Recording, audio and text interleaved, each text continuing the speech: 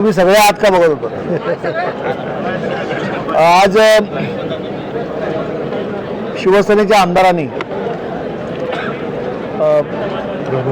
गृहनिर्माण मंत्री यांची भेट घेतली आणि आपल्याला कल्पना असेल की मुंबई उपनगरातील जागतिक बँक प्रकल्प गोराई आणि चारकोप या ठिकाणी इमारतीच्या संस्था आणि बैठा सदनिका त्यांचं भूभाडं जे आहे ते ₹1 नाममात्र दराने आकारलेलं होतं.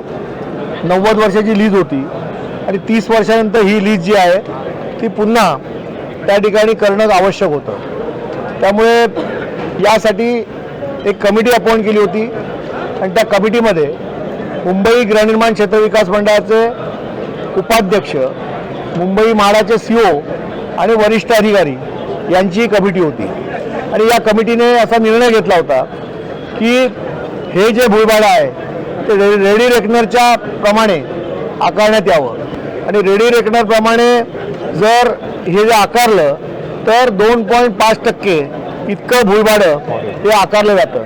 आणि माझ्या माहितीप्रमाणे जवळजवळ ₹1153 प्रति सदनिका हे भूभाडं आकारलं जातं. हे वाजवी आहे आणि हे अवाजवी आहे आणि त्यामुळे हे भूभाडं तात्काळ रद्द करावं आणि 5 वर्ष जी लीज आहे ती रिन्यू करण्याची जी अट आहे ती देखील रद्द करावी आणि याच्यावरती पुनर्विचार करावा. जर आपण बघितलं तर जवळजवळ 1000 पट इतकं भूभाडं या समितीने वाढवलेलं आहे. आणि काल अधिवेशनामध्ये उद्धव ठाकरे सरकारने वाढवलं अशा पद्धतीचा आरोप योगेश सागर यांनी खोटारडेपणाने केला.